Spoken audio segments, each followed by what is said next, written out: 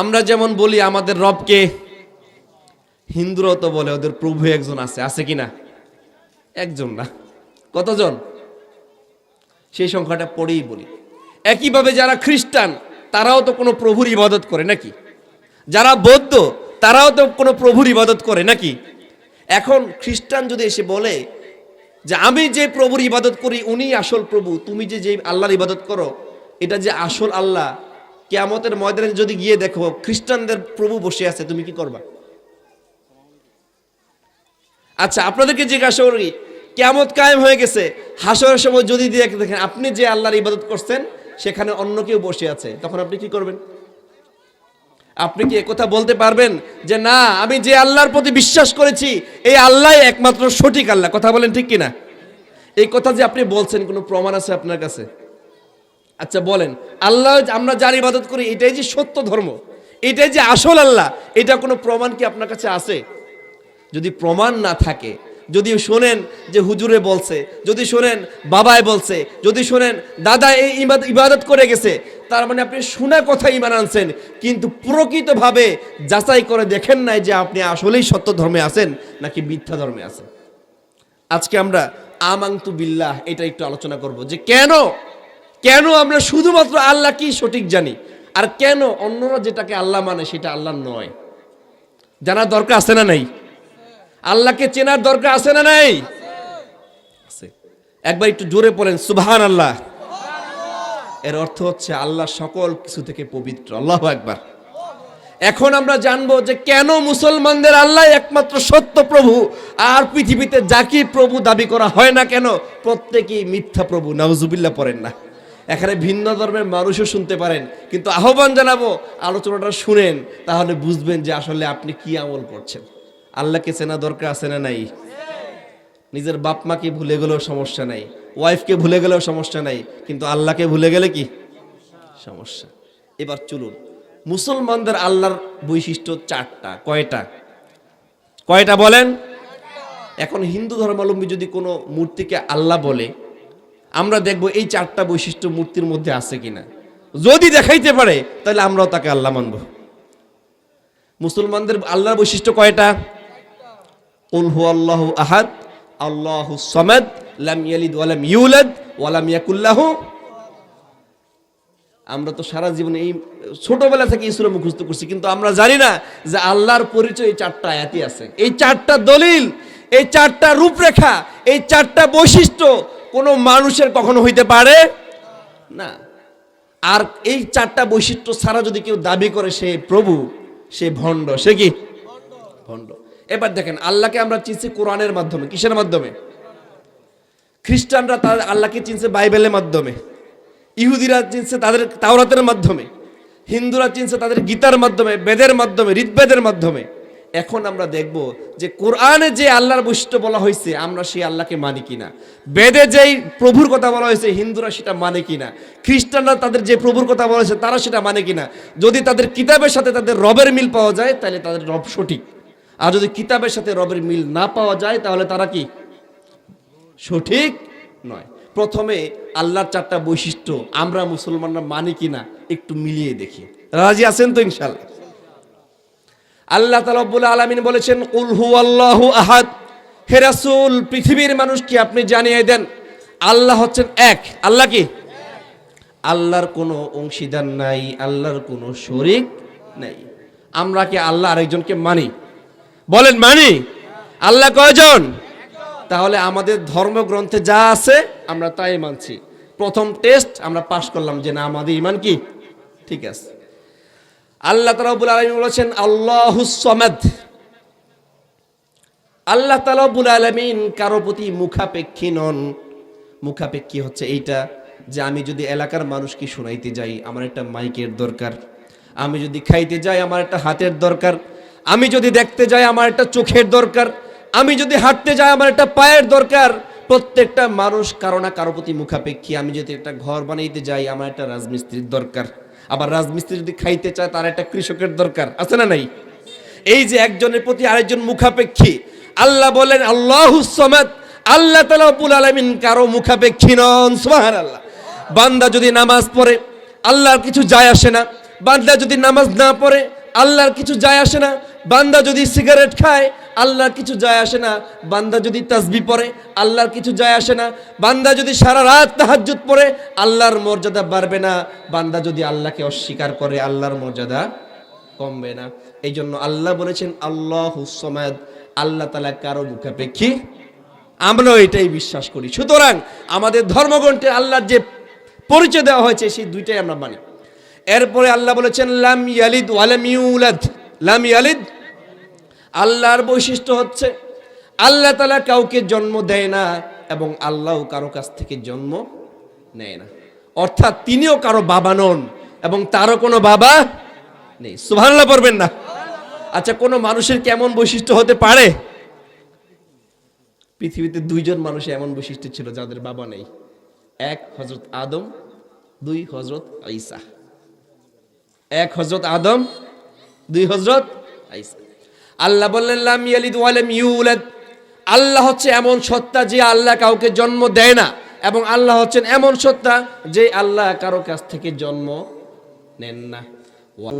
কুফুয়ান আহাদ, এবং আল্লাহ হচ্ছে এমন মালিক যার সমতুল্য কেউ নাই। যার সমতুল্য কি? আল্লাহর মতো কি আরেকজন আল্লাহ আছে? আল্লাহর মতো শক্তি কি অন্য কারো আছে? আল্লাহর মতো পাওয়ার কি আর কারো আছে? এই পৃথিবীর যত বড় মসনদ, যত বড় বাদশাহী, যত বড় ক্ষমতাশীল ফেরাউন, নমরুদ, জালেম শাসক যাই কিছু থাকুক না কেন, আল্লাহর সমতুল্য কেউ হতে পারবে?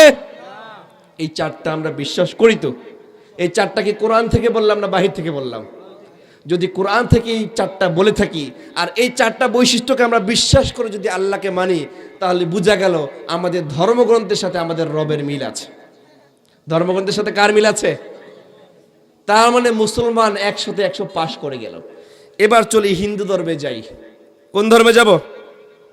হিন্দু ধর্মে। হিন্দু ধর্মে একটা প্রসিদ্ধ গ্রন্থের নাম হচ্ছে বেদ। কি? আরেকটা হচ্ছে ঋগ্বেদ, আরেকটা হচ্ছে গীতা।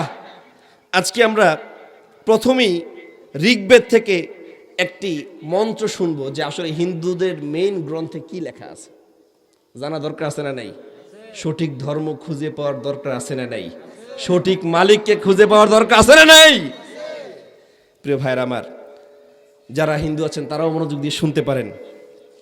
আপনাদের গ্রন্থ ঋগ্বেদ মণ্ডল নাম্বার 10, সূক্ত নাম্বার 48, মন্ত্র নাম্বার 1। আপনারা আপনাদের পণ্ডিতের কাছে গিয়ে মিলাই নেবেন। সেখানে লেখা আছে সর্বং একং ব্রহ্মণ। সর্বং একং, অর্থাৎ সর্বং একং ব্রহ্ম হচ্ছে সমস্ত সৃষ্টি করেছে একজনে। কয়জনে? আপনারা বলেন কয়জন? কিন্তু যাদের ধর্মগ্রন্থ থেকে বললাম তারা মানে কয়জন? সংখ্যা নাই বললাম। দ্বিতীয়ত ঋগ্বেদের মণ্ডল নাম্বার 1, সূক্ত নাম্বার 164, মন্ত্র নাম্বার 46 লেখা আছে একসত্য বিপ্রা বহুদা বিদন্তি। এর অর্থ হচ্ছে সৃষ্টিকর্তা একজন, তবে মানুষ তাকে ভিন্ন ভিন্ন নামে ডাকে। আমরাও তো ভিন্ন নামে ডাকি। কখনো মালিক বলি, কখনো রব বলি, কখনো আল্লাহ বলি, কখনো রহমান বলি, কখনো রহিম বলি, বলি কিনা? কিন্তু বিষয় হচ্ছে তারা তাদের মালিককে ভিন্ন ভিন্ন নামে ডাকে, ঠিক তাদের বৈশিষ্ট্য ভিন্ন ভিন্ন হয়ে যায়। সরস্বতী বিদ্যা দেয়, লক্ষ্মী এটা দেয়, তারপরে ব্রহ্মা এটা দেয়। বিভিন্ন দিক থেকে তাদের এক একজনের বৈশিষ্ট্য এক এক রকম না? এক এক রকম কিনা? আমি এক হিন্দুকে জিজ্ঞাসা করেছিলাম, যখন পূজা চলছিল, পাশ দিয়ে যাচ্ছিলাম ঢাকাতে, তো সে দায়িত্বশীল আর কি। তা আমি বললাম, ভাই একটা প্রশ্ন আছে আপনার কাছে, আপনি কি উত্তর দিতে পারবেন? বলতেছে হ্যাঁ পারবো। আমি বলতেছি আচ্ছা, আপনারা কি জানেন না যে এই পৃথিবী একজনই লালন করেছে, একজনই পৃথিবী বানিয়েছে? হ্যাঁ জানি। আপনাকে জানেন না যে একমাত্র আল্লাহ বানিয়েছে? কে দেখো হুজুর, বেশি কথা বলে লাভ নাই। তোমরা যে আল্লাহর ইবাদত করো মসজিদে গিয়া, আমরা ওই আল্লাহর ইবাদত করি কিন্তু মূর্তির মাধ্যমে করি আর কি। আমরা ভগবান বলি। কি বলি? ভগবান বলি। আচ্ছা, একটা বিষয় খেয়াল করবেন, একটু উদাহরণ দিই। একজনের পেট খারাপ। কি খারাপ?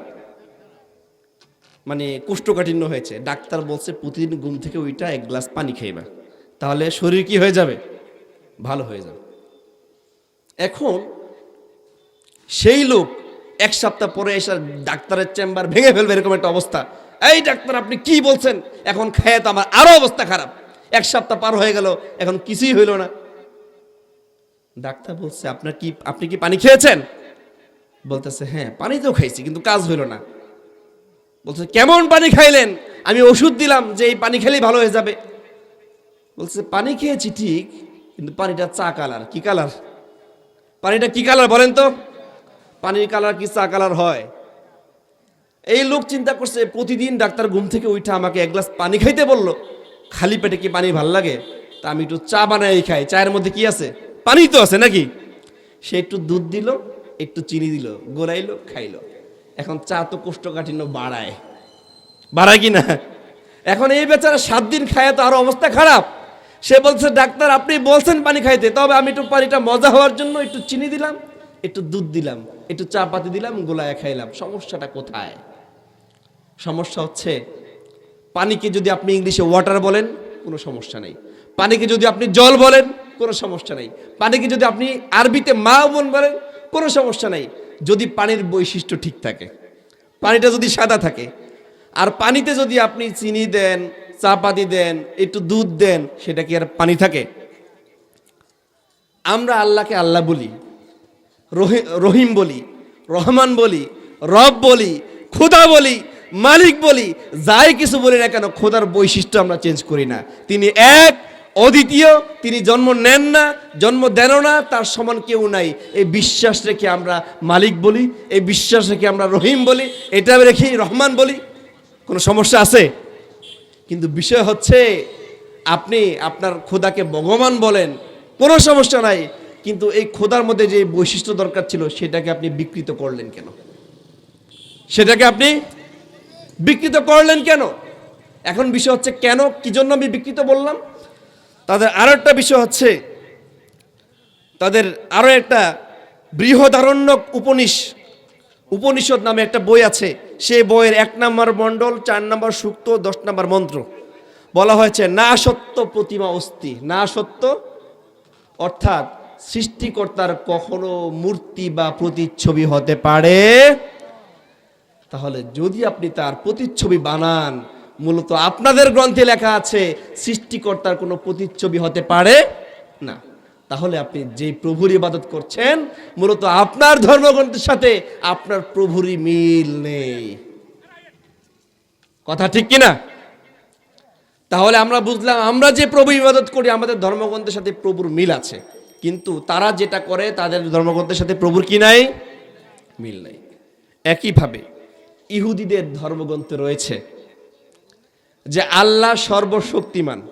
আপনারা তো জানেন যে ইহুদিরাও কিন্তু নবী পেয়েছে, খ্রিস্টানরাও কিন্তু নবী পেয়েছে। আমরা যে আল্লাহকে বিশ্বাস করি ওরা একই আল্লাহকে বিশ্বাস করে, কিন্তু তফাৎ হচ্ছে ওদের ধর্মগ্রন্থে লেখা আছে যে আল্লাহ সবচাইতে বড় শক্তিমান, কিন্তু তারা বিশ্বাস করে আদম আলাইহিস সালাম যখন জান্নাতে ছিলেন কিছু সময় আল্লাহর দৃষ্টির আড়ালে ছিলেন। নাউজুবিল্লাহ পড়েন না। তাহলে তারা যে আল্লাহর বৈশিষ্ট্যে বিশ্বাস করে এই আল্লাহর বৈশিষ্ট্য তাদের ধর্মগ্রন্থের সাথে মিলে না। আল্লাহ বলেছেন লাম ইয়ালিদ ওয়া লাম ইউলাদ, যে আল্লাহ কারোকে জন্ম দেয় না, কারো থেকে জন্ম নেয় না। কিন্তু ইহুদিরা মনে করে উজাইর আলাইহিস সালাম আল্লাহর ছেলে। নাউজুবিল্লাহ বলেন না। তাহলে কি তাদের খোদার বৈশিষ্ট্য গ্রন্থের সাথে মিলল? তাহলে তাদের খোদাও ঠিক নেই।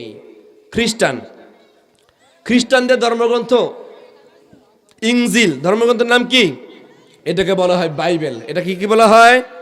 বাইবেল। এই ধর্মগ্রন্থেও এক খোদার ইবাদত করার কথা বলা হয়েছে, কিন্তু তারা 3টি নামে 3টি খোদার ইবাদত করে। নাউজুবিল্লাহ পড়েন না। তাহলে কি তাদের খোদা রইল?